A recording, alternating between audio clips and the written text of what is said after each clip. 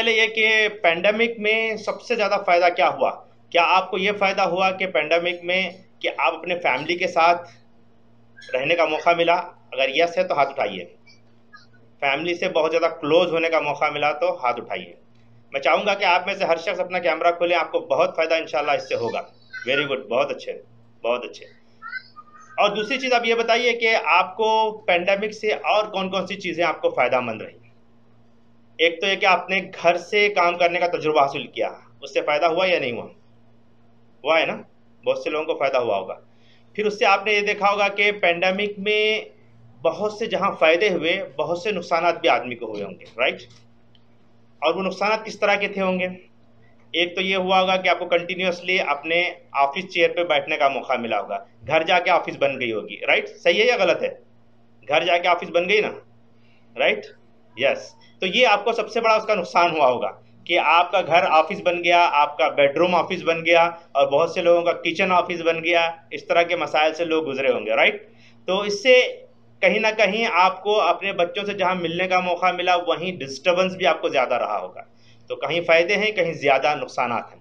लेकिन सबसे बड़ा नुकसान पेंडेमिक से क्या हुआ? अगर कोई बता सकते हैं चार्ट बॉक्स में, अगर लिख करके आप बताना चाहें तो आप चार्ट बॉक्स में लिख करके बता सकते हैं कि सबसे बड़ा नुकसान क्या हुआ पेंडेमिक से। किसी को मालूम है? अगर मैं कहूं कि सबसे बड़ा नुकसान ये हुआ कि बहुत से लोगों के जॉब चले गए, क्या सही है? बहुत से लोगों के जॉब चले गए, सही है या गलत है? राइट?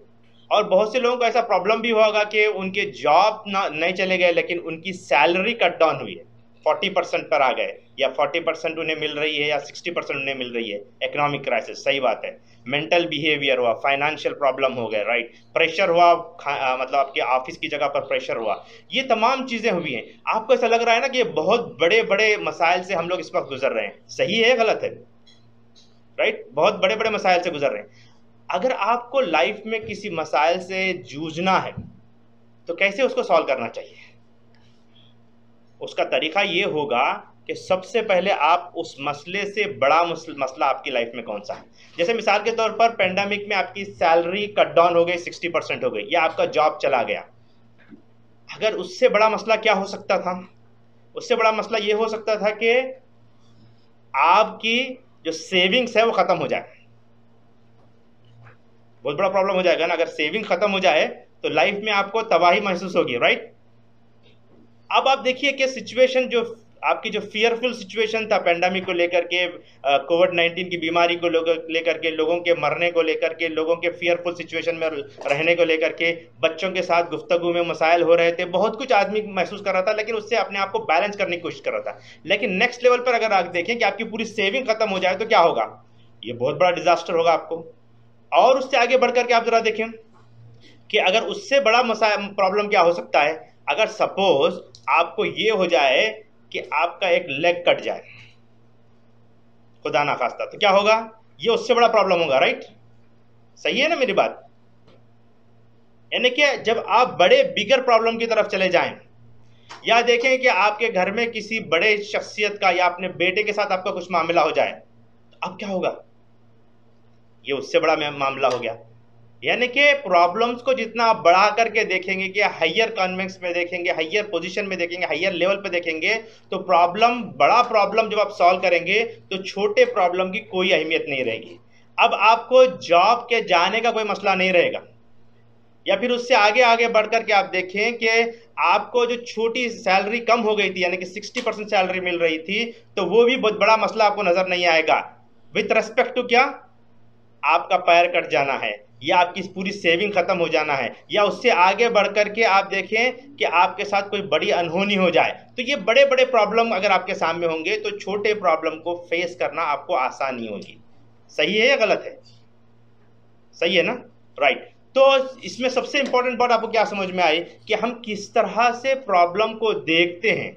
उस हिसाब से प्रॉब्लम हमें बड़ा नजर आता है। छोटे प्रॉब्लम पे अगर हमारा फोकस है तो छोटा प्रॉब्लम भी बड़ा होकर के नजर आता है। इंशाल्लाह हम उसके मुख्तलिफ चीज़ों पर गुफ्तगू करने की कोशिश करेंगे। सबसे पहले मैं आपको वेलकम करता हूँ, जितने लोग इस वक्त शरीक हुए हैं और जितने लोग आगे शरीक होने वाले हैं, सबको मैं वेलकम करता हूँ। ऑलमोस्ट 50 लोग यहाँ इस वक्त शरीक हुए हैं। और अपने आप को एक तरह की तब्दीली के लिए तैयार करें, एक एक्स्ट्रा ऑर्डिनरी लाइफ के लिए आप तैयार करें, क्वांटम लीप के लिए अपने आप को तैयार करें। ये इंशाल्लाह 1 से 1.5 घंटे का जो सेशन है, इसमें बहुत कुछ चीज़ें हम सीखने की कोशिश करेंगे, बहुत से आइडियाज़ को समझने की कोशिश करेंगे, लाइफ में कुछ तब्दीली ले आने की कोशिश करेंगे। तो एक एक्स्ट्रा ऑर्डिनरी लाइफ के लिए आप अपने आप को तैयार करें। जो कुछ आप इस सेशन के बारे में या अपनी लाइफ के स्ट्रगल के बारे में जो कुछ जानते हैं, उसे ज़रा बाहर रख करके आए। इंशाल्लाह आपको यहाँ पर बहुत फ़ायदा होगा। किस तरह से हम हैप्पीनेस को हासिल करें अपनी लाइफ में, किस तरह से हम अपनी लाइफ को जो चाहते हैं, जिस मुकाम पर चाहते हैं, उस मुकाम पर ले जाने के लिए क्या कुछ करना चाहिए, उस पर हम बात करने की कोशिश करेंगे। राइट। आज मैं चाहूँगा कि सबसे पहले आपको एक स्टोरी सुनाऊँ, क्योंकि स्टोरी जो है इंसानी ज़िंदगी पर बहुत ज़्यादा असरअंदाज होते हैं। आप में से कितने लोग चाहेंगे कि आप स्टोरी सुने? हम बच्चों को भी सुनाते हैं, राइट। बहुत से लोग हम चाहते हैं कि स्टोरी सुने, स्टोरी सुनाएं। मैं आपको एक बहुत ही बेहतरीन स्टोरी सुनाऊंगा और वो स्टोरी से आपको बड़ा फ़ायदा ये होगा कि आप उसमें बहुत कुछ अपने आप को उसमें रख करके देखने वाले बनेंगे। राइट। एक बच्चा था जिसकी उम्र 17 साल थी, 17 ईयर्स ओल्ड। और उस दिन उसने जो है बेहतरीन अच्छे कपड़े पहने, जो उसके पास मैसर से सबसे बेहतरीन कपड़े उसने पहने, और अपनी जो बाइसाइकिल थी, अपनी साइकिल लेकर के वो अपने कॉलेज की तरफ चला गया। और बहुत खुशोखुरम था, साइकिल को बहुत ज़ोर से पैडल मार रहा था और तेज़ रफ्तारी के साथ वो अपने कॉलेज को जा रहा था। उस दिन उसके +2 का रिजल्ट आने वाला था, यानी कि 12th का उसका रिजल्ट आने वाला था। उसके लिए वो तेज़ रफ्तारी से जा रहा था और बहुत खुशोखुरम था कि उसे ज़बरदस्त रिजल्ट आएगा। और वहाँ वो ये सोच के अपने दिमाग में गुमान कर रहा था कि उसे मेडिसिन में एडमिशन मिलेगा, इंजीनियरिंग में एडमिशन मिलेगा। इस ख्याल के साथ बहुत तेज़ रफ्तारी से वो बच्चा जा रहा था। और जैसे ही वो स्कूल पहुँचा, देखा कि एक बहुत जंबे गफ़ीर है, एक बहुत क्राउड है जो स्कूल की तरफ कॉलेज की तरफ भाग रहा है। और अपने रिजल्ट को देखने के लिए लोग एक दूसरे से छलांग रहे हैं और जाकर के नोटिस बोर्ड में हर एक अपना रिजल्ट दिख रहा है। तो इस बच्चे ने भी कोशिश की कि वो खुद भी बहुत तेज़ रफ्तारी से लोगों को हटाते हुए पहुंचा और वो फर्स्ट, सबसे पहले डिस्टिंक्शन में अपना देखा कि रिजल्ट, वहां पर उसे अपना रिजल्ट नज़र नहीं आया। दिल धड़कना शुरू हुआ और फिर उसके बाद उसने फर्स्ट क्लास की स्टूडेंट की लिस्ट में अपना नाम देखा, वहाँ नाम नज़र नहीं आया। फिर उसके बाद वो उसके नीचे पहुंचा और वहाँ पर वो जो है सेकंड क्लास की लिस्ट में अपना नाम देखा और वहाँ भी उसे अपना नाम नज़र नहीं आया। उसके बाद आखिर में बहुत ही दिल धड़कते हुए उसने अपने आप को देखा कि कहीं मेरा नाम जो है थर्ड क्लास या जस्ट पास क्लास स्टूडेंट की लिस्ट में तो नहीं है। जब उसमें सर्च किया तो उसे वहाँ पर भी अपना नाम नज़र नहीं आया। अब तो उसके हाथ पैर फूल गए। अंदर जाकर के मालूमात किया कि क्या है उसके साथ मामला, और मालूम हुआ कि उसका नाम जो है फेल की लिस्ट में है। +2 में फेल होना उसके लिए एक बहुत बड़ा डिजास्टर बन गया और उसने उसी लम्हे से रोना शुरू किया। आंखों से आंसू रवा होने लगे, बहुत ज़्यादा स्क्रीमिंग करने लगा, इतना रोने लगा कि वहाँ से वो जब निकला तो उसे मालूम नहीं है कि उसका घर किस तरफ है और जा किधर रहा है। आंखों से सैलाब रवा है, कंटिन्यूसली वो बच्चा रो रहा है और उसके साइकिल के पैडल पे उसके पैर पड़ रहे हैं। बेसिम्त वो अपना सफ़र कर रहा है और सफ़र करते करते वो शहर से आगे निकल गया। 1 किलोमीटर ख़त्म हो चुके, 2 किलोमीटर ख़त्म हो चुके, 3 किलोमीटर ख़त्म हो चुके, 4 किलोमीटर ख़त्म हो चुके। वो सिटी से बाहर चलता चला गया, यहाँ तक कि पूरी सिटी ख़त्म हो गई और सिटी से बाहर निकल के भी वो आगे बढ़ता चला गया। शहर कितनी दूर, 2-3 किलोमीटर दूर हो गया। जब उसके पैर थक गए 7-8 किलोमीटर के बाद, अब उसके पैर जवाब दे चुके, उसका मेंटल जो सोच थी कि मैं अपने आप को सुसाइड कर लूँ, मैं अपने आप को ख़त्म कर लूँ, मेरी ज़िंदगी का कोई फ़ायदा नहीं है, मेरे वालिदैन मुझे एक्सेप्ट नहीं करेंगे, मेरे घर वाले मुझे धुतकार देंगे, फ़लाँ लोग आतराफ अपनाफ के लोग क्या कहेंगे। इस तरह के मुख्तलिफ ख़यालात उसके दिमाग में आ रहे थे और उन ख़यालात की बुनियाद पर वो अपना एक पूरा प्लान बना रहा था कि मेरी ज़िंदगी का कोई फ़ायदा नहीं है। वो वहाँ से शहर से दूर दूर चला जाता है। 6-7 किलोमीटर के बाद एक छोटा सा गाँव आता है, उसके करीब में एक दरगाह होती है, दरगाह के साथ एक कब्रस्तान लगा हुआ होता है और वो अपने आप को वहाँ पर जा करके थक हार करके अपनी साइकिल एक तरफ रखता है और वो दरगाह और कब्रस्तान में वो बच्चा चला जाता है। 17 साल का नौजवान है जिसका +2 का 12th का रिजल्ट उसका जो है एक पेपर में फेल हो जाता है, और वहां पर वो पहुंच करके अपने आप को कंपेयर करता है उन कब्रिस्तान में पड़े हुए मुर्दों के साथ, और वो ये समझता है कि कब्रिस्तान में जो मुर्दे हैं ये मेरे से बहुत बेहतर हैं, इनकी ज़िंदगी तो अच्छी है, मेरी ज़िंदगी तो बहुत ख़राब है। इस तरह के मुख्तलिफ सुसाइडल थिंकिंग और मुख्तलिफ ख्यालात उसकी ज़िंदगी में आ रहे हैं। वो अपने आप को हमेशा कंपेयर करके कह रहा है कि मेरी ज़िंदगी का कोई ठिकाना नहीं है, मुझे अपनी ज़िंदगी ख़त्म करनी चाहिए। इस तरह के मुख्तलिफ ख्यालात उसके दिमाग में आ रहे हैं, और बहुत ही ख़राब सिचुएशन से वो गुजर रहा है वो बच्चा। उस दौरान में एकदम से उसे एक रोशनी नज़र आती है। वो ये महसूस करता है कि मुझे कुछ ना कुछ ज़िंदगी में करना चाहिए, ये मेरा एंड पॉइंट नहीं है, मुझे यहाँ से एक तब्दीली के लिए आगे बढ़ना चाहिए। वो महसूस करता है कि जिन लोगों ने अपनी ज़िंदगी गुजार करके ख़बर में चले गई उनका तो टाइम ख़त्म हो गया, अब मुझे अपने आप को इस तरह से बनाना है कि दुनिया में कोई ताकत मेरा मुकाबला ना कर सके।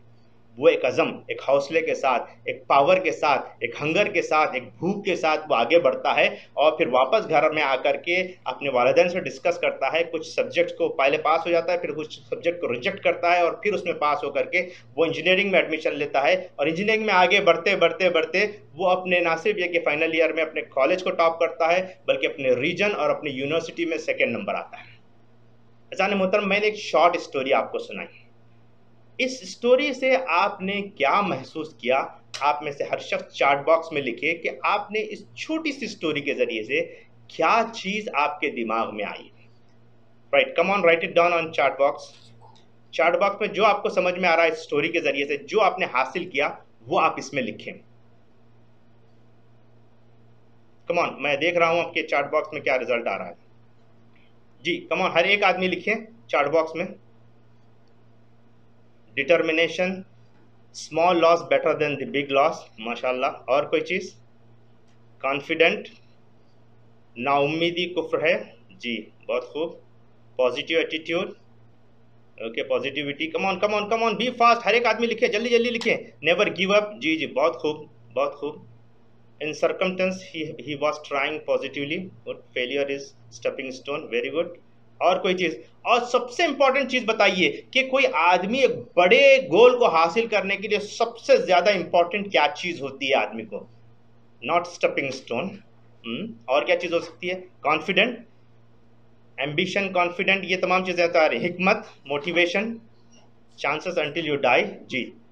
सबसे इंपॉर्टेंट चीज़ क्या है? किसी भी लाइफ की सबसे इंपॉर्टेंट चीज़ क्या हो सकती है? मैं अगर ये कहूँ कि सबसे इंपॉर्टेंट चीज़ लाइफ में होती है, वो भूख है, हंगर है। क्या आप मानेंगे, यकीन करेंगे कि हंगर सबसे इंपॉर्टेंट है? यानी कि कहा जाता है ना कि जो है ना, क्या कहा जाता है, किसी भी ईजाद की माँ क्या होती है? ज़रूरत ईजाद की माँ होती है, राइट?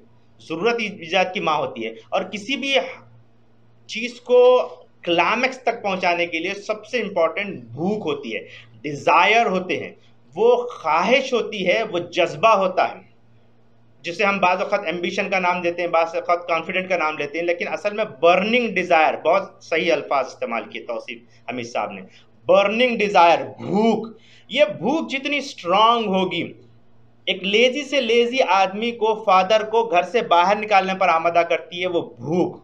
एक आदमी को पैसा कमाने पर आमादा करती है वो भूख, वो बर्निंग डिजायर। वो बर्निंग डिजायर अगर हमारे अंदर नहीं होगा तो हम अपने क्लाइमेक्स पर पहुंचने के लिए तैयार नहीं होते हैं। तो सबसे इंपॉर्टेंट चीज है किसी भी चीज के लिए, चाहे वो दीन हो, चाहे फिजिकल बॉडी हो आपकी, चाहे आपका करियर हो, चाहे आपके रिलेशनशिप हो, चाहे आपके बच्चों के साथ पेरेंटिंग का मामला हो, हर चीज में अगर आपके पास डिजायर नहीं है, बर्निंग डिजायर नहीं है, भूख नहीं है, तो आप चीज को कभी अचीव नहीं कर पाएंगे। इसलिए हमें देखना चाहिए कि हमारे अंदर बर्निंग डिजायर है नहीं है। कॉन्फिडेंट हो सकता है, मोटिवेशन हो सकता है, किसी लम्हे के लिए वो चूक जाए, लेकिन बर्निंग डिजायर आदमी को रोकने नहीं देगी जब तक कि वो मंजिल तक ना पहुंच जाए। तो आप देखेंगे कि आपकी जिंदगी में बर्निंग डिजायर है क्या चीज? आप में से हर शख्स लिखे कि आपके जिंदगी में बर्निंग डिजायर है क्या चीज? कौन सा बर्निंग डिजायर आपके पास है? लिखिए आप चैट बॉक्स में। आपकी भूख क्या है? पैसा हासिल करने के लिए आपकी भूख क्या है? फैमिली रिलेशनशिप में आपकी भूख क्या है? करियर में आगे बढ़ने के लिए आपकी भूख क्या है? आप कहेंगे कि ये भूख इतनी इंपॉर्टेंट चीज है जो आदमी को जो है फर्श से उठा करके आफताब तक ले जाती है। सेल्फ सेटिस्फैक्शन, भूख। अजीज साथियों, इस पर जितना आप फोकस करेंगे उतना आपको चीजें समझ में आएगी। जन्नत का हुसूल जो है वो भी एक भूख है, वो जब आपकी आएगी तो आप उस मुकाम तक पहुंचने के लिए आगे बढ़ेंगे, वरना आप उस मुकाम पर आगे नहीं बढ़ पाएंगे।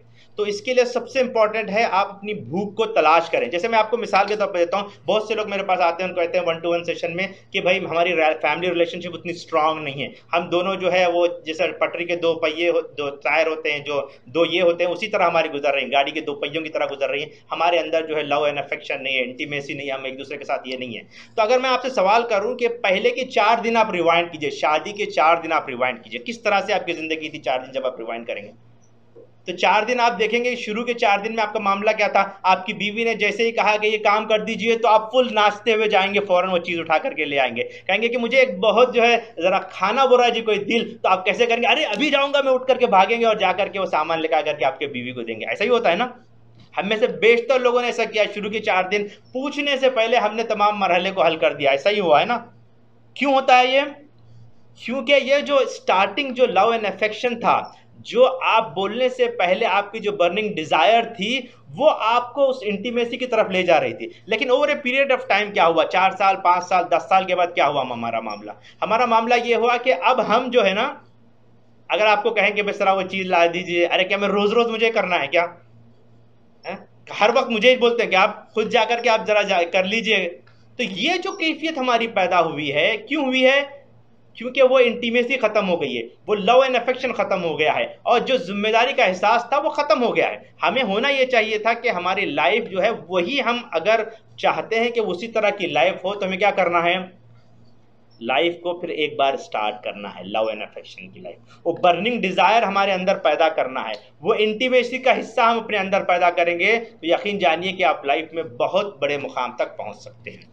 ये पहला पॉइंट था जो मैं आपके सामने आज रखना चाह रहा था। दूसरी पॉइंट है communication, right? Communicate your feeling.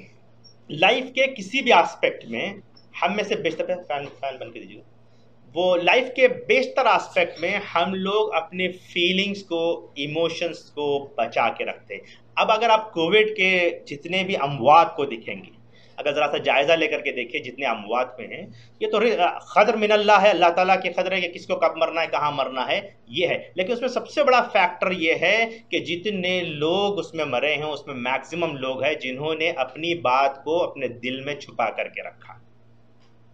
उनको ब्लड प्रेशर बढ़ गया तो बताया नहीं, उन्हें जो मुख्तलिफ तकालीफ हुए तो उन्होंने लोगों के साथ शेयर नहीं किया, मुख्तलिफ तरह की सिचुएशन से वो हुए तो उन्होंने किसी के साथ शेयर नहीं किया, जिसकी वजह से जो है वो प्लीज़ जरा सा बैठ जाइए, तो वो अपने आप को वो शेयर नहीं करने की वजह से, उन फीलिंग को कम्युनिकेट नहीं करने की वजह से लाइफ उनकी जो है बहुत अजरन हो गई और बहुत से लोगों ने जो है मौत को गले लगा लिया। आप देखें आपकी लाइफ में, पर्सनल लाइफ में, स्पेशली रिलेशनशिप में, पेरेंटिंग में, करियर में, आप बॉस को बहुत बेहतर अंदाज से कम्युनिकेट नहीं कर पाए, अपनी फीलिंग का इजहार नहीं कर पाएंगे तो आपको सैलरी में हाइक नहीं मिलेगा। आप अपनी वाइफ के साथ जो अपने दिल का इजहार है वो नहीं कर पाएंगे तो आपकी फैमिली रिलेशनशिप उतनी स्ट्रांग नहीं होगी। इमोशन का इजहार करना, फीलिंग का इजहार करना, अगर आप इसको लेकर के अपने दिल में रख लें, बहुत से लोग होते हैं 10-10 साल, 15-15 साल लाइफ उनकी रिलेशनशिप हो जाती है, लेकिन उसके बावजूद वो अपनी फीलिंग्स का इजहार नहीं कर पाते हैं फैमिली। और जब 10-15 साल के बाद कहते हैं कि आपको ये चीज़ पसंद थी, मैं इसलिए हमेशा बना के आपको देती थी, तो क्या कहते हैं श्योर, अरे मेरे को तो ये पसंद ही नहीं थी, तुम कह रहे, तुम बना रहे बल्कि मैं खा रहा था। वो ये समझ रही थी कि आपको पसंद है इसलिए बना कर दे रही थी, लेकिन 10-15 साल के बाद उसे मालूम हुआ कि ये चीज़ जो है आपको पसंद नहीं थी, लेकिन क्योंकि बीवी ने बना के दे रही थी आप खा रहे थे। वो बाज़ वक़्त बहुत से ऐसी अंडरस्टैंडिंग हम कर लेते हैं कि भाई इन्हों गुस्से वाले हैं, कंटिन्यूसली हम दिल में ख्यालात करके बैठ जाते हैं और बहुत दिनों के बाद मालूम होता है कि असल में वो उनका स्टाइल ऑफ एक्शन है, वो बात इसी तरह से करते हैं, गुस्से वाले लगते हैं लेकिन गुस्से वाले है नहीं है। बहुत सी चीज़ें जो है हम दिल में बिठा करके बैठ जाते हैं और सामने वाला से कुछ समझता है और बीवी और शौहर दोनों कुछ से कुछ समझते हैं। इसी तरह जो है आपकी प्रोफेशनल लाइफ में भी यही मामला है। तो कम्युनिकेशन में सबसे इंपॉर्टेंट ये है कि आपने फीलिंग्स का, अपने इमोशंस का, अपने जज्बात का आप इजहार करें। जब तक आप इजहार नहीं करेंगे लाइफ में आप कामयाब नहीं होंगे। बहुत सी मर्तबा ऐसा हुआ होगा कि आप जो है ना अपनी लाइफ में बहुत सी मर्तबा ऐसी बहुत सी इंफॉर्मेशन जब आपने पेश की, इजहार किए, तो आपको एंड में एहसास हुआ होगा कि आपने तो गलत सोचा था। वो आप में से कितने लोगों को ऐसा कि आपने कहा कि मैं ये बात समझ रहा था आपके बारे में, उन्होंने कहा कि ऐसा तो नहीं है, मैं तो ऐसा समझा ही नहीं था, तब आपको एहसास हुआ कि आप तो गलत सोच रहे थे। शौहर और बीवी के साथ बारे में या कोलीग के बारे में हम बहुत से गुमान करते हैं अपने दिमाग में कि इन्होंने ऐसा सोचा होगा, इनके लिए ऐसा करना चाहिए, इनके साथ ऐसा मामला करना चाहिए। हम अजम्पशन की बुनियाद पर ये तमाम फैसले करते हैं और उसे इंप्लीमेंट भी करते हैं लाइफ में, लेकिन एक्चुअल में उसका जायजा लेकर के देखें तो ऐसा लगता है कि ये एक्चुअल में था नहीं। तो हम अपने आप को, कितने लोगों ने अपने आप को रॉन्ग प्रूव किया होगा? कितने लोग हाथ उठाएं, आप बताएं कि आपने कितने लोगों ने ऐसा मौके आपको लाइफ में इतने बार आए कि आपने आपको पेश किया लेकिन मालूम हुआ कि आप रॉन्ग हैं। क्यों हुआ? क्योंकि आपने एक अजम्पशन अपने दिल में बिठा करके बैठा और कम्युनिकेट नहीं करने की वजह से, प्रॉपर कम्युनिकेट नहीं करने की वजह से जो है वह अपने आप को आपने प्रूव किया। जी, आप कोई सवाल करना चाह रहे हैं? माइक ओपन करके सवाल कर सकते हैं, कोई मसला नहीं। Having a preconceived notion, जी exactly, to teach the burning desire how to improve communication skill. जी जी, हम उस पर बात करेंगे इंशाल्लाह।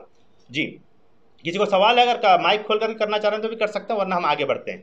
तो बेसिकली देखिए, आपकी कम्युनिकेशन स्किल के लिए सबसे इंपॉर्टेंट चीज़ ये है कि जो आपके दिल में है उसका इजहार कीजिए, फीलिंग का इजहार कीजिए। अगर फीलिंग का आप इजहार नहीं करेंगे, इमोशंस का इजहार नहीं करेंगे, उसे दबा के बैठेंगे, तो यकीन जानिए ये फीलिंग का इजहार नहीं करने की वजह से आपके अंदर एंगर पैदा होगा, आप डिप्रेस हो जाएंगे। और बहुत सी बीमारियां जो आपको कहा जाता है, जितनी बड़ी बड़ी बीमारियां हैं, ये सब कुछ जो है ना फीलिंग्स को, इमोशन को दबा कर रखने की वजह से। उसका इजहार कीजिए, क्या होगा ज़्यादा से ज़्यादा?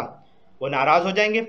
अब यकीन जानिए कि जब आप अपनी बात का प्रॉपर वे में इजहार करना शुरू करेंगे तो ज़बरदस्त आपका रिजल्ट आएगा। लेकिन हमें आता नहीं है कि कैसे कम्युनिकेट करना है।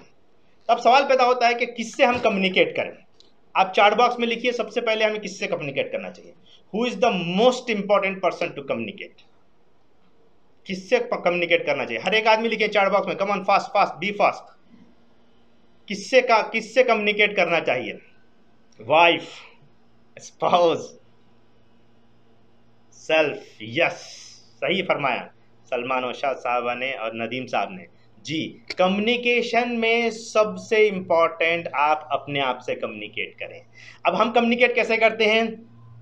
मैं बहुत ज़्यादा अगली हो गया हूँ, बहुत ज़्यादा मोटा हो गया हूँ, अरे ये मेरे आँख के नीचे दाग आ गए हैं, अरे मैं बहुत ज़्यादा, मेरे को गुस्सा आजकल बहुत आ रहा है, अरे मेरे को यहाँ तकलीफ हो रही है, बहुत ज़्यादा परेशान मैं हूँ।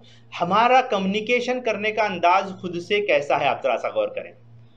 ऐसी ऐसी कम्युनिकेशन हमारा अपने साथ होता है कि अगर किसी के सामने रखा जाए तो लोग हंसेंगे हमारे साथ, लेकिन मामला यह है कि हम में से ज़्यादा लोग जो है ना टॉक्सिक कम्युनिकेशन करते हैं अपने साथ, गंदी कम्युनिकेशन करते हैं अपने साथ। या तो कम्युनिकेशन नहीं करते हैं, या कम्युनिकेशन करते हैं तो हमेशा नेगेटिव कम्युनिकेशन करते हैं अपने साथ। अरे अरे देखो, मेरे को यहाँ आज बहुत बहुत ज़्यादा मेरे को जो है महसूस रहा, मेरे बाल बहुत ज़्यादा सफ़ेद हो गए। हाँ, मैं जो है ना बहुत ज़्यादा जो है आजकल मैं एंथुजियास्टिक नहीं हूँ। हर चीज़ नो नेगेटिव नहीं में ही हमारी पूरी ज़िंदगी गुजर रही है। तो बेसिकली आप इसका जायज़ा लेकर के देखें तो हम अपने साथ जो कम्युनिकेट कर रहे हैं वो कम्युनिकेट बहुत ज़्यादा ख़राब कम्युनिकेट कर रहे हैं। जैसे आप में से बेशतर लोगों ने देखा होगा कि हम ये कहते हैं कि आपने मुझे हैप्पी कर दिया, आपने मुझे सैड कर दिया, आपने मुझे अपसेट कर दिया। हम समझ रहे हैं कि बाहर की एक्सटर्नल इवेंट, बाहर के लोग या आपकी वाइफ या आपके बच्चे वो आपको सैड करते हैं। यकीन जानिए कि कोई भी आपको सैड नहीं कर सकता है until and unless you decided yourself to become sad person. अगर आप अपने आप को डिसाइड कर लिए कि आप सैड पर्सन बनना चाह रहे हैं तो तभी आप सैड हो सकते हैं। अगर आप अपने आप को हैप्पी रखना चाह रहे हैं तो आप हैप्पी हो सकते हैं। तो ये असल में यह है कि क्वालिटी ऑफ कम्युनिकेशन बहुत इंपॉर्टेंट है। It's not event itself, it's you who give meaning. आप जो मीनिंग देते हैं, यानी कि इन्होंने जो है ना मुझे बहुत अच्छे अंदाज से ट्रीट किया इसलिए मैं खुश हो गया, तो आपने क्या किया, उस पर्टिकुलर इवेंट को एक मीनिंग दी। इन्होंने जो है मेरे साथ बहुत अगली अंदाज से बात किया, बहुत गुस्से से बात किया, इस वजह से मैं अपसेट हो गया, मेरा आज का पूरा दिन खराब हो गया। Who has decided that? किसने डिसाइड किया? हमने डिसाइड किया ना कि हमने वो मीनिंग दी उस इवेंट को। तो हम में से बेशतर लोग हमेशा सुबह से लेकर के शाम तक जितने इवेंट होते हैं उसको हम बहुत ही गलत मीनिंग देते हैं, नेगेटिव मीनिंग देते हैं, जिसकी वजह से पूरा हमारा डे जो है मुतासिर होता है। बहुत से लोग 10-10 सालों से हर चीज़ को, अपनी फैमिली रिलेशनशिप को, पेरेंट्स को, बच्चे मेरी बात नहीं सुन रहे हैं, ये नेगेटिव मीनिंग है आप जो दे रहे हैं अपने आप को। वो बच्चे बात नहीं सुनने से, आपके गुस्सा होने से कोई रिलेशनशिप नहीं है। तो ये इंपॉर्टेंट है कि आप क्या किस तरह के मीनिंग दे रहे हैं। Nothing has meaning in life except I give meaning to it.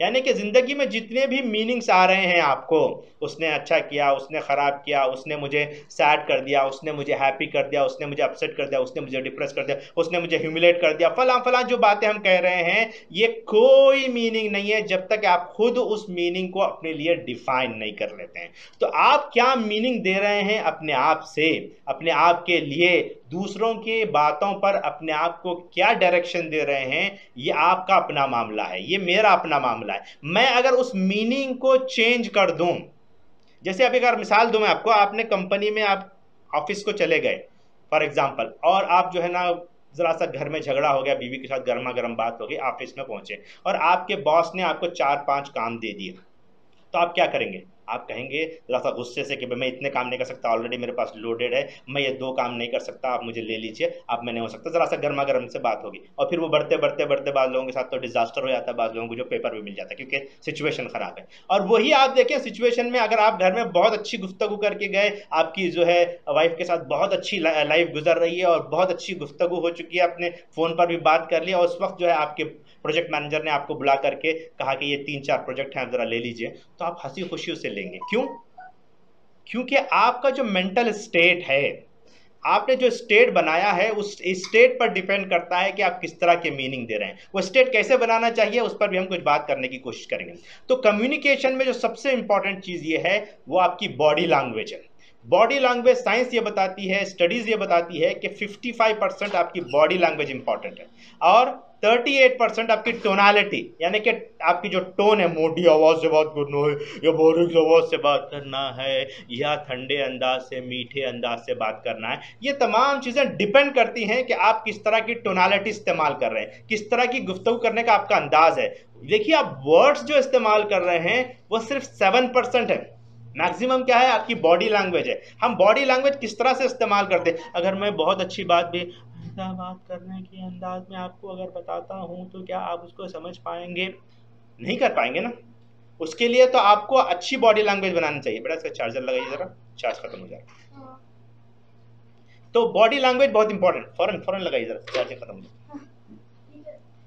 तो बॉडी लैंग्वेज बहुत इंपॉर्टेंट है। अगर आप बॉडी लैंग्वेज आपकी स्ट्रांग है तो आपकी लाइफ में बड़ी तब्दीली आएगी और आप अपने आप को महसूस करेंगे कि उससे आपकी लाइफ में बड़ी तब्दीली आएगी और वो आपके लिए फ़ायदेमंद होगा। राइट। तो यहाँ पर हम आपके सामने इस पर और मुख्तलिफ अंदाज से हम गुफ्तगू करते हैं। मेरा कोर्स जो है ना, उसमें अगर आप उसको देखेंगे तो आपको नज़र आएगा कि कम्युनिकेशन मॉडल पर हमने बड़ी तफसीलन गुफ्तगू की है, उस पर हम बात करेंगे। तो नटशल में यह है कि your quality of life is directly related to your quality of communication, यानी कि अपनी ज़िंदगी का जो दारोमदार है, आपकी ज़िंदगी का डायरेक्ट रिलेशनशिप है किस तरह की कम्युनिकेशन लैंग्वेज हम इस्तेमाल करते हैं, किस तरह की हमारी बॉडी लैंग्वेज है। जैसे आप बीवी के साथ बात कर रहे हैं, आप मोबाइल में से देख रहे हैं, हाँ ठीक है, आप इतना कॉन्सेंट्रेटेड बात कर रहे हैं लेकिन आप देख नहीं रहे हैं आई कांटेक्ट करते हुए। तो मेरे साथ भी ये मामला होता है, क्योंकि हम दूसरी तरफ बिजी रहते हैं, हम आई कांटेक्ट नहीं करते हैं, तो वो लैंग्वेज जो है ना पूरी कम्युनिकेट नहीं हो पाती है। अगर हम देखते हुए बात करेंगे तो उससे भी अच्छा लगेगा। और सबसे बड़ी बात यह है कि 50,000 अल्फाज, वर्ड्स जो है डेली जो है थॉट्स खवातीन के अंदर आती हैं। ऑलमोस्ट 46,000 से 50,000 थाट्स खवातीन में आते हैं और मर्द हज़रात में 32,000 थाट्स आते हैं। तो आप देखें कि औरत के पास इतने थॉट्स आते हैं और ऑफिस से आप जैसे ही पहुंचते हैं बीविटा डा डा डा डा डा डा डा लगाते हैं और आप अपने आप में अपने कामों में मसरूफ़ रहते हैं। इसकी वजह से क्या होता है, आपकी रिलेशनशिप मुतासिर हो जाती है। अगर आप ज़रा सा फोकस करके बात को सुनने वाले बनेंगे तो आपके अंदर ज़बरदस्त तब्दीली आती है, जिससे मुझे और आपको करना चाहिए। एक और एस्पेक्ट है जो हमारी लाइफ में बहुत इंपॉर्टेंट है, वो है लेबलिंग। एक मैं आपको छोटी सी स्टोरी सुनाती हूँ। एक स्विमर था, बहुत बेहतरीन स्विमर था, और उसको अपनी स्विमिंग पर बड़ा नाज था। एक मरतबा ये हुआ कि वो अपना स्विमिंग ड्रेस पहन करके एक ऐसे मुकाम पर पहुंचा जैसे मालूम था कि यहाँ शार्क का एरिया है, शार्क जो है यहाँ पर बहुत ज़्यादा होते हैं, लेकिन उसके बावजूद उसने डिसीजन लिया कि वो जाएगा और यहाँ पर काम करेगा। वो अंदर पहुँचता है और जो है स्विमिंग करता है, और इत्तेफाकन ये होता है कि एक शार्क उस मुकाम पर आ जाती है, उसका पैर काट करके लेकर के चले जाती है। अब लोग जो है ना बहुत परेशान हो जाते हैं, और इसको भी तरह तरह के मशवरे देने लग जाते हैं कि फलां ऐसा कीजिए, जैसे हम कोरोना वायरस में करते हैं, कोविड-19 हो जाए तो आप क्या करते हैं, बहुत से लोग पूरी लिस्ट बना करके फ़ोन करना शुरू करते हैं। बेचारा बीमार ऑलरेडी रहता है, ये कीजिए, फलां कीजिए, ऐसा कीजिए, वैसा कीजिए, वो कीजिए। वो आदमी पूरी तरह से पक जाता है कि ऑलरेडी मैं बीमार हूँ, और उसमें लोग जो इतनी इतनी लंबी लिस्ट दे रहे हैं, ये कीजिए, वो कीजिए, वो कीजिए, और उसमें वो और ज़्यादा परेशान हो जाता है। ठीक इसी तरह इस आदमी के पास पहुँच करके कहते हैं कि आपका पैर कट गया है, अब आपकी लाइफ कैसी होगी, आपकी शादी नहीं हो सकती, आपके बच्चे नहीं हो सकते, आपके साथ ये मामला होगा, आप बहुत खुश खुरम जिंदगी नहीं गुजार सकते। वो तमाम चीज़ें उसके सामने रखते हैं। तो वो आदमी कहता है कि मुझे तो एक्चुअल में मेरे अपने पैर का मसला नज़र नहीं आ रहा है, मुझे तो ये डर है कि वो शार्क जिंदा रहेगी या नहीं रहेगी। गौर करें उसने क्या कहा, ये शार्क जिंदा रहेगी या नहीं रहेगी। तो ये है कि आप किस तरह से अपने आप को लेबल लगा रहे हैं। अगर आपने अपने आप को बॉक्स में रख लिया कि भाई मेरा तो पैर चला गया है, मैं क्या कुछ नहीं कर सकता लाइफ में, तो आप जो है ना उसी तरह की जिंदगी गुजारेंगे। आप ये कहेंगे कि अब मेरी लाइफ में जो है शादी नहीं हो सकती, बच्चे नहीं हो सकते, तो वैसा ही होगा। उस आदमी का मामला, बहुत से लोग आपने देखा होगा कि मशहूर आदमी है जिसके हाथ और पैर दोनों भी नहीं थे, उसके बावजूद उसने शादी भी की, उसके बच्चे भी हुए, और जो है बहुत बड़ा वो एथलेटिक भी बना। तो ये तमाम चीज़ें कैसे होती हैं, वो एक पावर अपने अंदर पैदा करे। आप अपने ऊपर जो लेबल लगाएंगे वो लेबल आप पर फिक्स हो जाएगा। तो इस तरह से हमें अपनी ज़िंदगी में देखना चाहिए कि किस तरह से हमारी लाइफ गुजर रही है, हमारा स्टेट कैसा है, हमारा माइंडसेट कैसा है। हम हमेशा हैप्पी रहते हैं, हमेशा जो है पेसिमिस्टिक रहते हैं, या हमेशा एंग्री रहते हैं, हमेशा जो है फियर में रहते हैं, हमेशा किस तरह के लव एंड अफेक्शन में रहते हैं, किस तरह के स्टेट में हम रहते हैं। क्या हम अपने स्टेट को मास्टर करने में कामयाब हो सकते हैं, उस पर हमें बहुत ज़्यादा गौर करना चाहिए, समझना चाहिए। तो बेसिकली लाइफ में दो तरह के रिस्पॉन्स होते हैं। कौन कौन से दो तरह के रिस्पॉन्स हो सकते हैं, कोई किसी गेस कर सकते हैं आप लोग? राइट, इंशाल्लाह आफ्टर 3 days ऑन 8 December। तो यहाँ पर आप देखें कि रिस्पॉन्स किस तरह के रिस्पॉन्स हो सकते हैं। जैसे मिसाल के तौर पर एक आदमी आए, शोहर और बीवी को ले लीजिए, या माँ बेटा और वालिद को ले लीजिए, स्पेशली बेटा और वालिद को ले लीजिए। वालिद जो है ना बेटे की कुछ हरकत से बहुत ज़्यादा खफा है, गुस्से में, और जो है ना फुल कह रहे हैं कि तुम मेरे को पूरा ह्यूमिलेट कर दिए, तुम मुझे परेशान करके रखे, मैं जो काम करता हूँ तुम करते नहीं, और फुल गुस्से में है। तो बेसिकली क्या कह रहे हैं वालिद साहब? वालिद साहब आपको कह रहे हैं कि फला फला काम कीजिए, आप काम नहीं कर रहे हैं, तो बेटा कुछ कम्युनिकेट करना जा रहा है, वालिद साहब गुस्से में। और स्पेशली जब शादी हो जाती है बेटे की, और वो अलग से किसी घर में रहता है और वालिद साहब किसी और घर में हैं, तो उनके दरमियान में जो रिलेशनशिप का तनाज़ा होता है, एक दूसरे से दूरी होती है, उसमें वालिद साहब का अप्रोच और बेटे का अप्रोच में ज़मीन आसमान का फ़र्क होता है। इस तरह की सिचुएशन में आप देखिए किस तरह से महसूस होता है कि वो ह्यूमिलेट कर रहा है, मेरे को बहुत ज़्यादा परेशान तबाह कर रहा है। ये जो कैफियत होती है, इसमें बेसिकली दो तरह के रिस्पॉन्स होते हैं लाइफ में। वो दो तरह के रिस्पॉन्स क्या है, एक लविंग रिस्पॉन्स है, एक क्राइंग फॉर हेल्प रिस्पॉन्स है। ये दो ही रिस्पॉन्स होते हैं लाइफ में, कोई और रिस्पॉन्स हो ही नहीं सकता। लव का रिस्पॉन्स, क्राइंग फॉर हेल्प का रिस्पॉन्स। अब बताइए कि बाप और बेटे के दरमियान में ये जो फाइटिंग चल रही है, या शोहर और बीवी के दरमियान में रंजिश चल रही है, तो किसका क्या किस तरह का रिस्पॉन्स है उनका?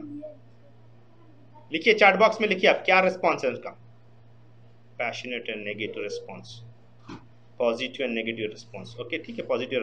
लेकिन ये है असल में इसका जो, अगर आप ये एसेंस लेंगे, लविंग रिस्पॉन्स और क्राइंग फॉर हेल्प रिस्पॉन्स। यानी कि जैसे मिसाल के तौर पर एक आदमी गुस्से में है, तो basically what he is doing, he is crying for help, मेरे इस इमोशन से मुझे बाहर निकालने में मदद कीजिए। एक आदमी फियरफुल सिचुएशन में है, तो basically he is crying for help कि मुझे इस सिचुएशन में निकाल दीजिए। अब क्या होता है, हम कन्फ्रंटेशन में चले जाते हैं, फाइट करते हैं। वो क्या कर रहा है, सामने वाला मुझे प्लीज हेल्प कीजिए, वो उससे बोल रहा है, और सामने वाला क्या कर रहा है, कर रहा है। तो बेसिकली क्या है, उन भी क्राइंग फॉर हेल्प कर रहा है, और उसके बाद एक देर बाद उन भी कर रहा है, उन भी कर रहा है। तो क्या हो रहा है, basically both of them are crying. अगर आप कहेंगे कि how can I help you, मीठे अंदाज में आपने बात की, आप उसने कहा कि किस तरह से मैं आपकी मदद कर सकता हूँ, किस तरह से आप हेल्प कर सकता हूँ, वो प्लीज बताइए, मैं चलो हम दोनों मिलकर के सेटल डाउन करेंगे इस इशू को, क्राइंग फॉर हेल्प। तो फिर आपने कहा चलिए कोई मसला नहीं, मैं मानता हूँ मैं अपनी गलती को, आप बताइए मुझे क्या करना चाहिए। फिर आप ज़रा सा और अच्छी बात कीजिए, हाँ ठीक है ये बात है मेरी, तुम बहुत दिनों से मुझे पैसा नहीं दे रहे, मेरी लाइफ में जो है बहुत से मुश्किलात आ रहे हैं, फला हैं। तो आप देखेंगे कि आप जब अपनी टोनालिटी को चेंज करते हैं, लविंग रिस्पॉन्स की तरफ आप बढ़ते हैं, तो over a period of time crying response loving response में तब्दील हो जाता है। और आप देखिए कि ये बहुत बेहतरीन फार्मूला है।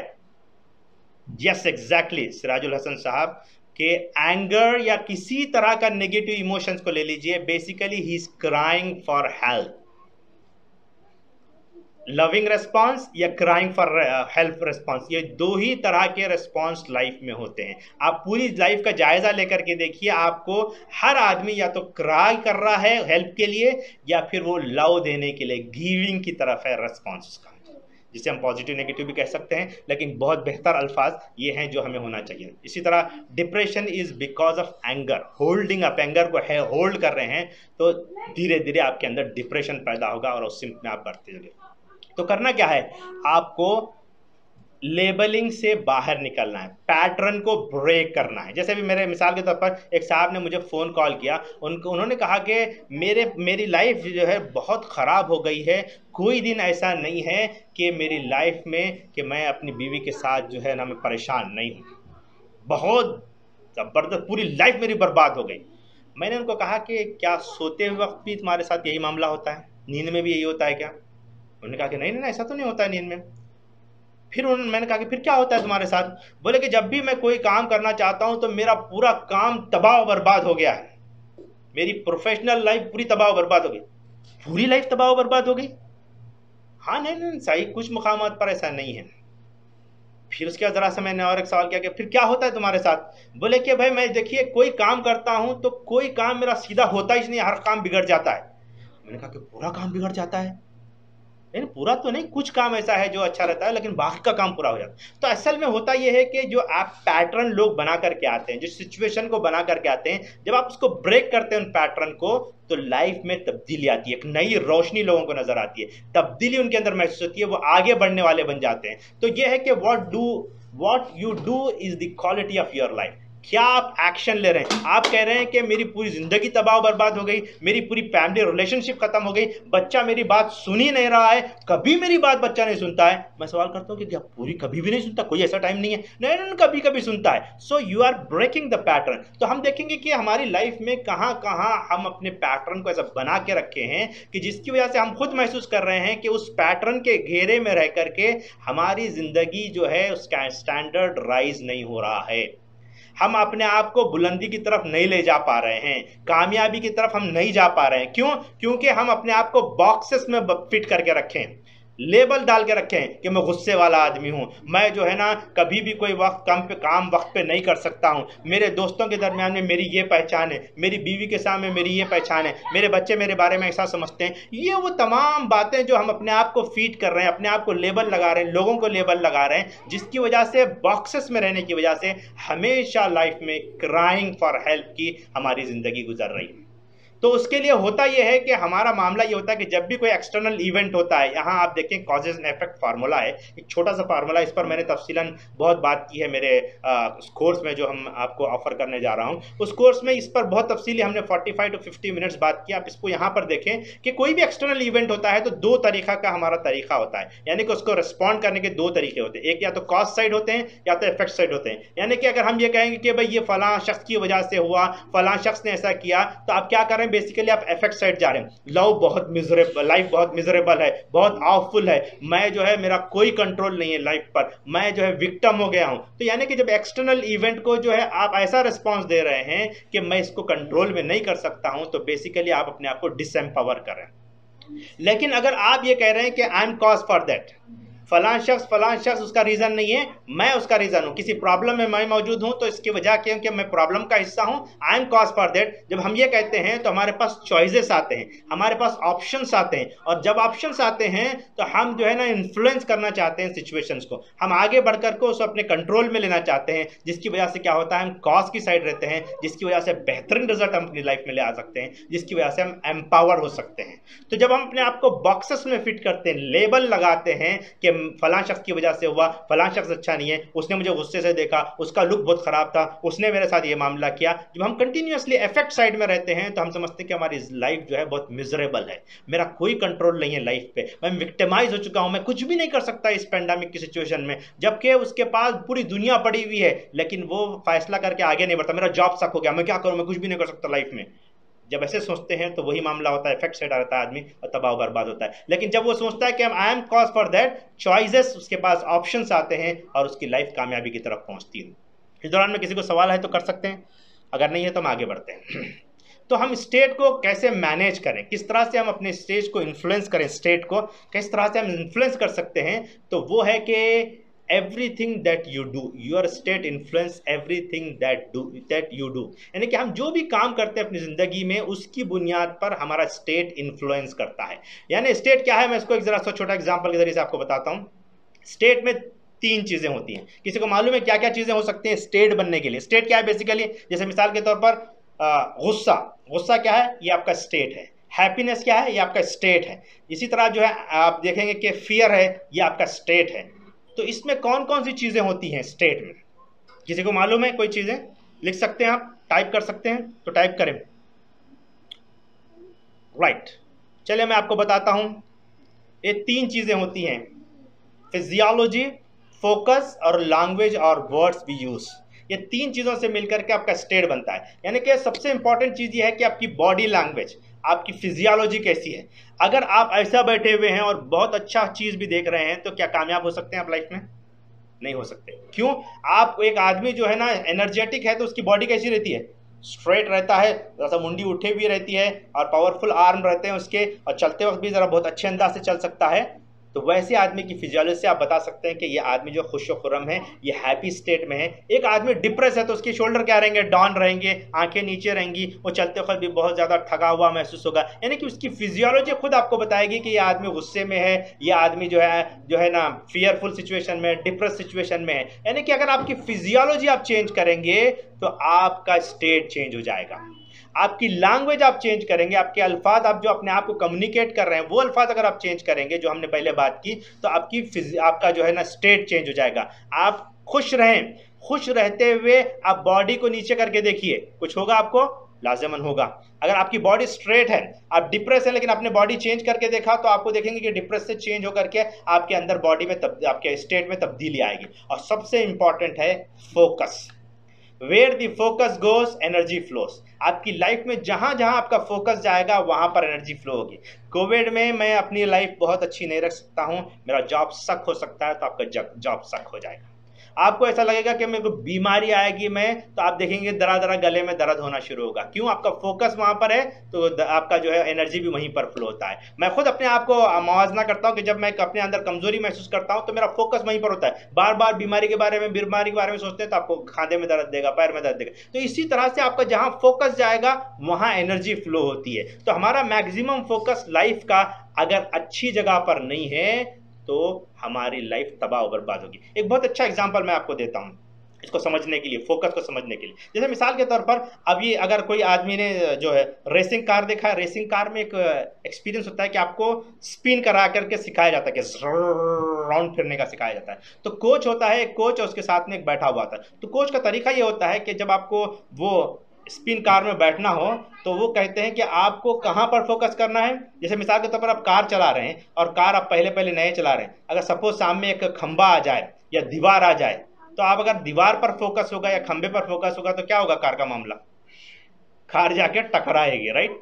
दीवार को टकराएगी। क्यों? क्योंकि आपका फोकस दीवार की तरफ है, आपका कार की फोकस है। अगर आपका फोकस तब्दील हो जाए तो उसने ये किया कि उस आदमी को जो रेसिंग कार में था उसकी मुंडी ऐसे कर दी, टेढ़ी कर दिया। सामने दीवार आ रही थी और उसके हाथ में व्हील है, लेकिन बाजू वाले कोच ने उसकी मुंडी को टेढ़ी कर दिया। अब क्या होगा लाजिमन?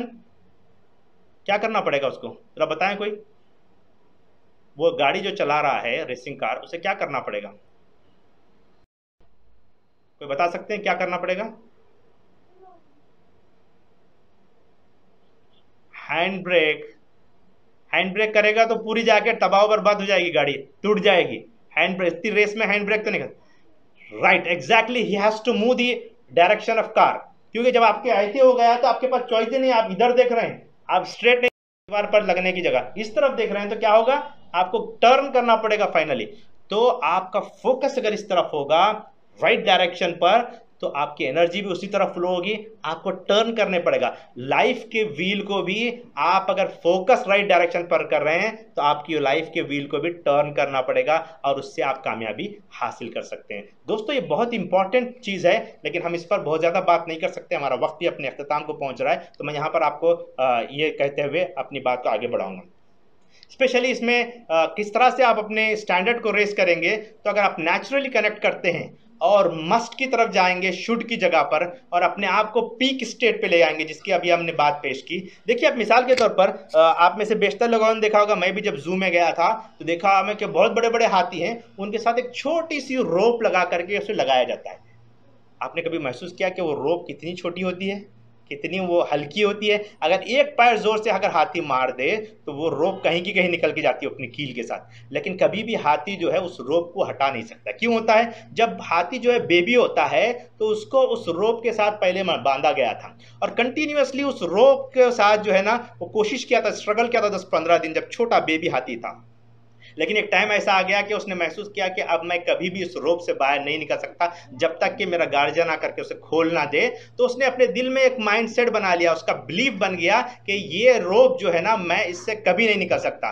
उसका एज बढ़ती चली गई, ताकत बढ़ती चली गई, तमाम चीज़ें उसके अंदर हो गई, लेकिन उसके बावजूद हम देख सकते हैं कि कितना बड़ा से बड़ा हाथी हो उतने छोटे रोप के साथ उसे बांध दिया था। क्यों? क्योंकि हाथी के माइंडसेट में ये बात आ गई कि मैं इस रोप से बाहर नहीं निकल सकता। उसके अंदर एक लिमिटिंग बिलीफ आ गई कि मैं इससे आगे नहीं बढ़ सकता, तो वो जिंदगी भर उस रोप को तोड़ करके आगे नहीं बढ़ता है। ठीक इसी तरह इंसान का मामला यही है कि मैं गुस्से वाला आदमी हूं, मैं कभी गुस्से से बाहर निकल सकता, जिंदगी भर गुस्से से बाहर नहीं निकल सकता। एक आदमी समझता है कि भाई मैं हमेशा फियर में रहता हूं, मैं हमेशा डिप्रेस रहता हूं, तो कभी भी लाइफ में वो डिप्रेशन से आगे नहीं निकल सकता। तो इसके लिए हमें क्या करना है? अपने स्टैंडर्ड को रेज करना है, हमारे कम्युनिकेशन, खुद से जो कम्युनिकेशन है उसको सुधारना है, हमारी लिमिटिंग बिलीफ से बाहर निकलना है। क्या लिमिटिंग बिलीफ है? ये बहुत कुछ, एक बहुत बड़ा हिस्सा है जिस पर हम गुफ्तगू करना चाहेंगे।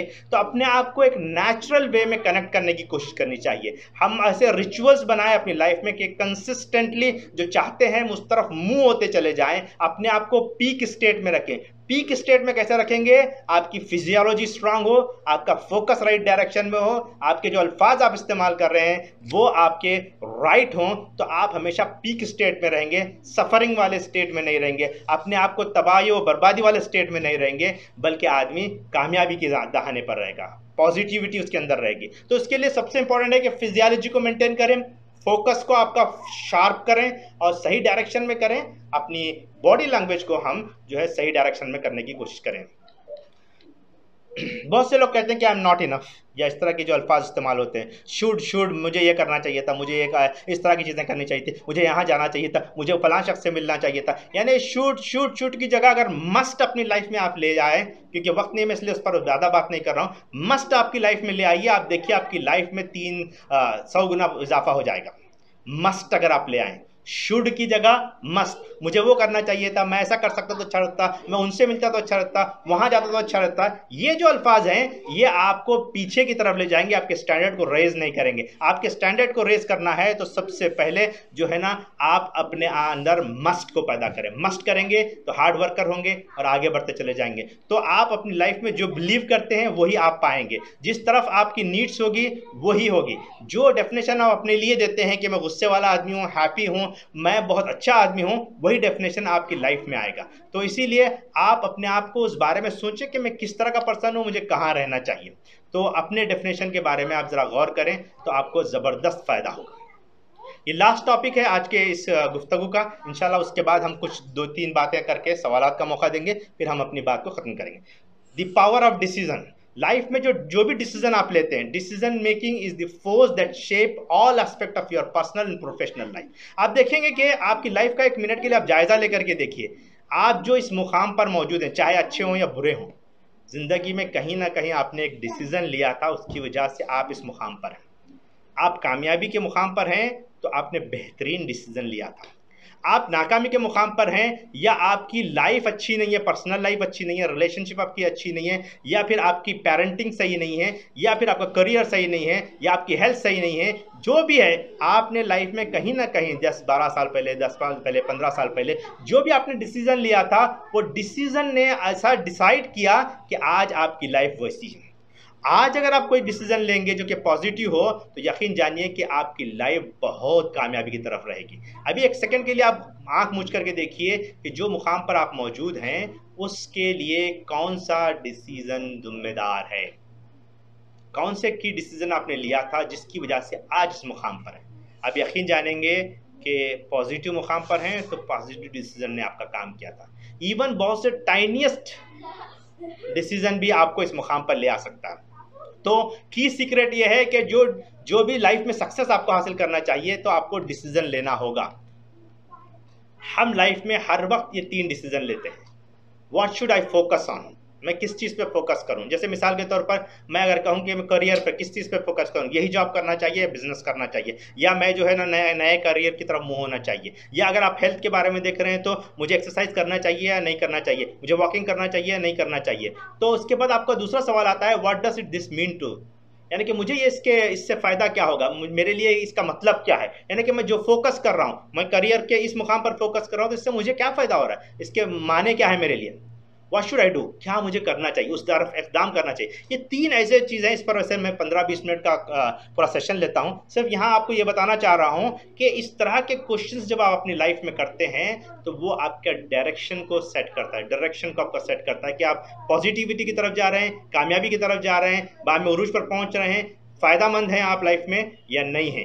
ये आपका वो डिसीजन देता है। इसलिए इस पर हमें फोकस करना चाहिए, कभी भी हर मोमेंट में हमें इस पर सवाल करनी चाहिए। चलिए मैं आपको एक छोटा सा बात बताता हूँ, उसके एक छोटा एक्सरसाइज करता हूँ, आप उसके आंसर्स लिखिए। हर एक पेन और पेपर लेकर तैयार रहिए, या फिर चार्ट बॉक्स में लिखने के लिए तैयार करिए। What is a small decision that you make right now that will change your personal और बिजनेस लाइफ। आंसर दीजिए इसका, चार्ट बॉक्स में लिखिए या पेन एंड पेंसिल लेकर के अपने पेपर पे लिखिए।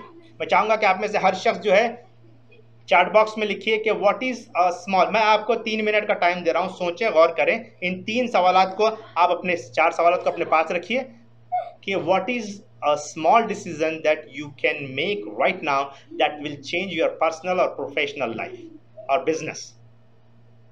कौन सा एक छोटा स्मॉल आप डिसीजन आज लेंगे, अब लेंगे, जिसकी बुनियाद पर आपकी लाइफ एंटायरली चेंज हो जाए।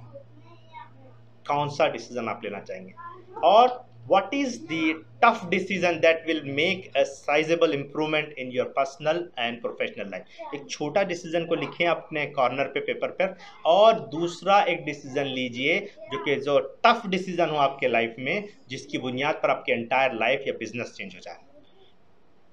Get up in early morning, good thought things that is not decision tell in Urdu. जी, मैंने आपके सामने बात बताई कि टू लिव हेल्दी लाइफ, ऐसा कोई छोटा डिसीजन लीजिए जिसकी वजह से आपकी एंटायर लाइफ तब्दील हो जाए। ऐसा एक टफ बड़ा डिसीजन लीजिए जिसकी वजह से एंटायर आपकी लाइफ सक्सेस की तरफ जाए। ये 2 डिसीजन क्या हो सकते हैं, आप उसके बारे में लिखिए। Live healthy life, it's not a decision small. आप ऐसा जो टाइनियस्ट स्टेप लें जो आपकी आंखों को नजर आए, जिसको आप विजुअलाइज होता हुआ देखें, जिसकी बुनियाद पर आपकी लाइफ तब्दील हो जाए। Will power, will power okay, but this it's not a decision, right. Will power एक तो इमोशन है या कुछ है, ऐसा डिसीजन कि मैं फलां चीज करूंगा, right. Being a calm always, okay, somewhat okay. Avoiding procrastination, good decision, okay. Maintaining time table, good decision. No waste of my time on social media, good decision. लेकिन हाउ, व्हेन, व्हाट, ये आप decision पर perfect हो कि मैं इतने दिनों के लिए, इतने महीनों तक सोशल मीडिया से दूर रहूंगा। Strong relationship with family, it's still वेग डिसीजन। क्या करेंगे आप, स्ट्रॉन्ग रिलेशनशिप से मुराद आपका क्या है। Overcoming fear, how you are going to overcome fear, right. Read 1 ayat daily, good decision, okay। Planning for the next day, it's small tiniest step. Every day you will plan for the next day is okay, good one. Exercising daily, good decision, okay। Thinking positive, still it is not।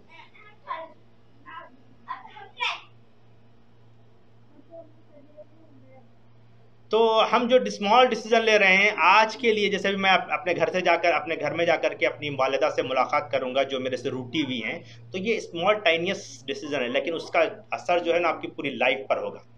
तो वो ऐसे कोई ऐसा लीजिए जो tangible decision हो, आपको देख करके आपको लगे be good with everyone, it's vague decision, activating desire, I will control my emotion, still it is vague decision, but anyway it's good one.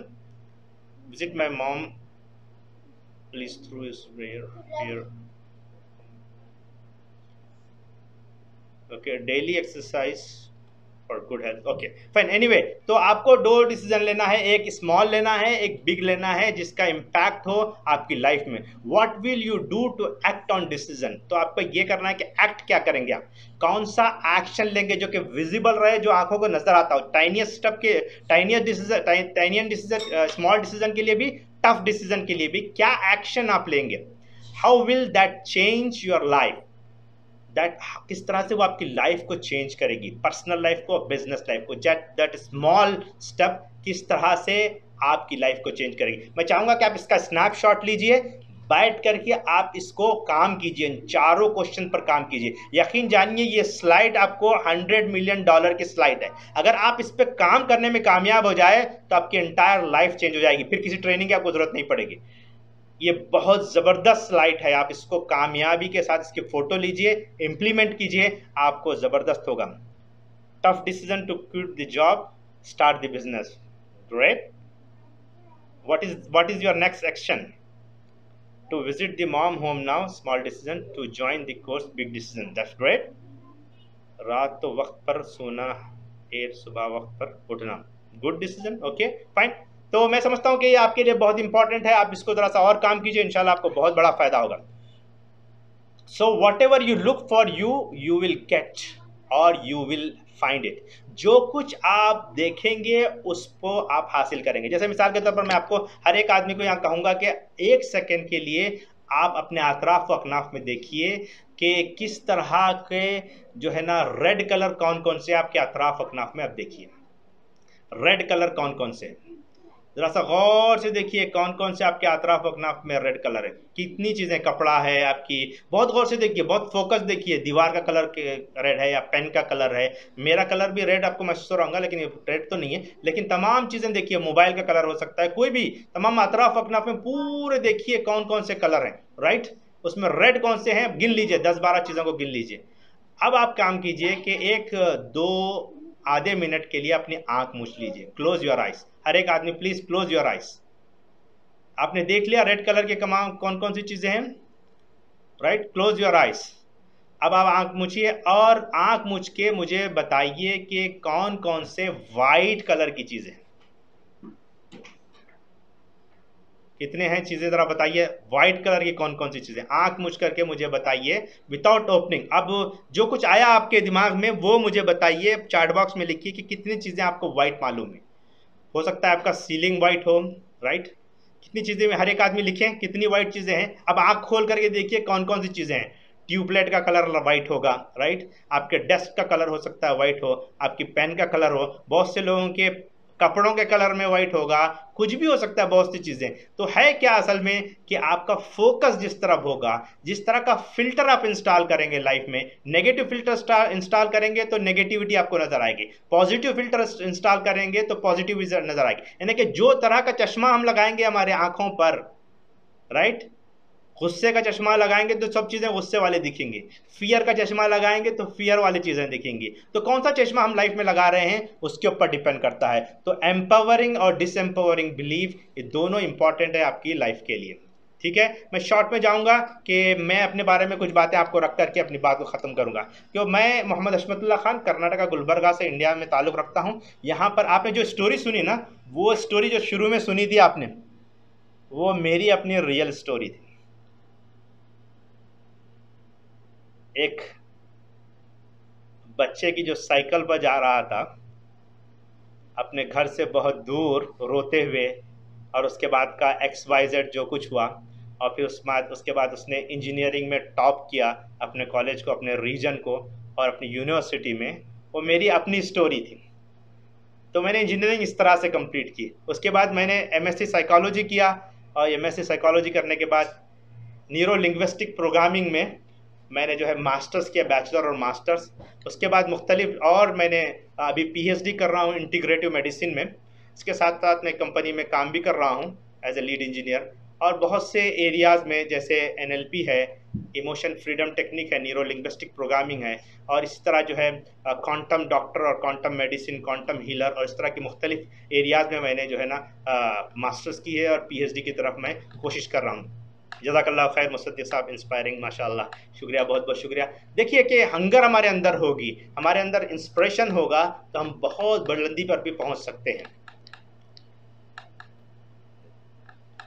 कौन साहब बोल रहे हैं? मुश्तबा साहब जी। जी जी। तो मैंने जी जी जी जी जी। तो उसके बाद मैंने मुख्तलिफ ज़िम्मेदारियों को निभाया। बहुत मुकामात पर मैं अल्हम्दुलिल्लाह 50,000 लोगों को भी एड्रेस करने का मौका मिला जब मैं नेशनल सेक्रेटरी रहा SIO के। उसके बाद मुख्तलिफ जमात की ज़िम्मेदारियाँ भी रही, अभी खबर की भी जमात की ज़िम्मेदारी है और मुख्तलिफ चीज़ें हैं। इसके साथ साथ मैं सक्सेस कोच भी हूँ और मुख्तलिफ ट्रेनर भी हूँ न्यूरो लिंग्विस्टिक प्रोग्रामिंग में, और इस तरह की मुख्तलिफ एक्टिविटीज़ करता हूँ। तो मेरा मिशन ये है कि लोगों के अंदर तब्दीली आए, वो अपने खुद अपनी आँखों से चीज़ों को होता हुआ देखें, विजुलाइज़ करें, लाइफ में उनके अंदर तब्दीली आए। और इसके साथ साथ मैं कॉर्पोरेट में ट्रेनिंग भी देता हूँ। ये कुछ मेरी अपनी छोटी सी चीज़ें थी जो मैंने आपके सामने रखने की कोशिश की है। ठीक है, अभी जो मैं बात रखने जा रहा हूँ कि 8 दिसंबर से हम इंशाल्लाह एक कोर्स शुरू करने जा रहे हैं जो NLP के रिलेटेड है, न्यूरो लिंग्विस्टिक प्रोग्रामिंग। जो अब तक मैंने बताया ना, बिलीफ के रिलेटेड, डिसीजन को लेने के रिलेटेड, स्टैंडर्ड को बढ़ाने के रिलेटेड, या ये तमाम चीज़ें जो बताई, कॉज एंड इफेक्ट मैंने बताया, कम्युनिकेशन मॉडल बताया, ये तमाम चीज़ें NLP का पार्ट है, न्यूरो लिंग्विस्टिक प्रोग्रामिंग। यानी कि न्यूरॉन की प्रोग्रामिंग, हमारी ब्रेन की प्रोग्रामिंग। जिस तरह कंप्यूटर प्रोग्रामिंग होती है, इसी तरह हमारी ब्रेन की प्रोग्रामिंग है। वो क्या चीज़ है, कैसे होता है, उसके असरात लाइफ पर क्या होते हैं, वो बेसिकली एक पूरा कोर्स है जो मैंने डिज़ाइन किया है। और ये कोर्स जो है ना तकरीबन 40 टॉपिक्स पर मुश्तमिल है।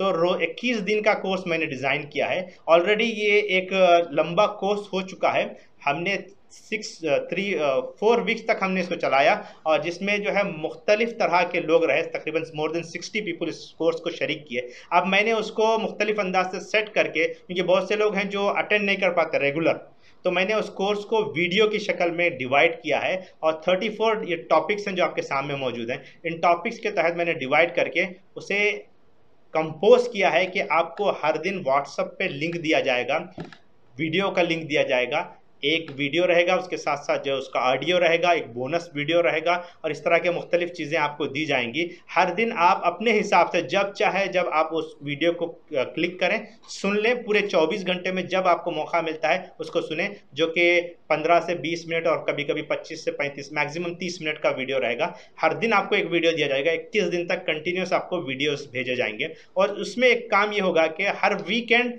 आपके साथ एक इसी तरह की नशिस्त होगी, इसी तरह की जूम की मीटिंग होगी, जिसमें आप जो है ना सवालात कर सकते हैं, डेमो कर सकते हैं, उसकी प्रैक्टिस कर सकते हैं जो कुछ आपने लर्न किया है, और इसके साथ साथ अपने फ्रेंड सर्कल से आप बात भी कर सकते हैं, उनके ऊपर वो टेक्निक्स अप्लाई करके भी देख सकते हैं। ये तमाम चीज़ें आपको दी जाएंगी। 1.5 घंटे की हर वीक वो सेशन होगा, जिससे आपको बहुत ज़्यादा फ़ायदा होगा। ये तमाम चीज़ें हैं जो मैं आपके सामने रखा हूँ। ये 40 टॉपिक्स हैं, और इंशाल्लाह इससे भी बहुत सी चीज़ें और आपको दी जाएंगी। एक बोनस वीडियो भी रहेगा हर दिन, जो कि आपकी प्रोडक्टिविटी को, पर्सनल प्रोडक्टिविटी और प्रोफेशनल प्रोडक्टिविटी को बढ़ाने के लिए भी एक वीडियो दिया जाएगा। तो किस तरह से रहेगा? एक शॉर्ट वीडियो जो 30 मिनट के आसपास रहेगा, उससे कम भी रह सकेगा। 21 दिन तक कंटिन्यूस आपको दिया जाएगा। फिर 3 लाइव सेशंस होंगे हर वीकेंड पर, 1 घंटे के आसपास या 1.5 घंटे के आसपास होगा।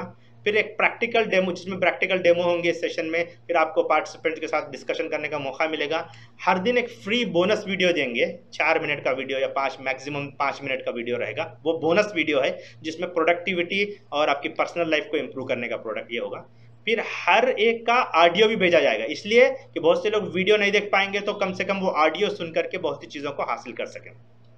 फिर एक PDF भी आपको दी जाएगी कोर्स के एंड पर, जिसमें पूरा मटेरियल रहेगा, जो कुछ हमने पढ़ाया है उसको PDF की शक्ल में आपको दिया जाएगा।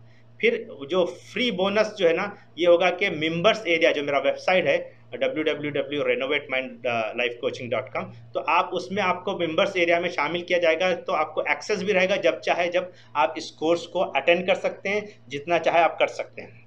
तो बेसिकली ये आपको इसको एक्शन लेना है। अभी आपने देखा होगा कि चैट बॉक्स में हमारे कोऑर्डिनेटर साहब ने एक लिंक भेजा है, व्हाट्सएप लिंक। अगर आप उस कोर्स में ख्वाहिशमंद हैं तो उस लिंक को दबाएं, और फॉर्म भी है, फॉर्म आप फिल करके उसका हिस्सा बन सकते हैं।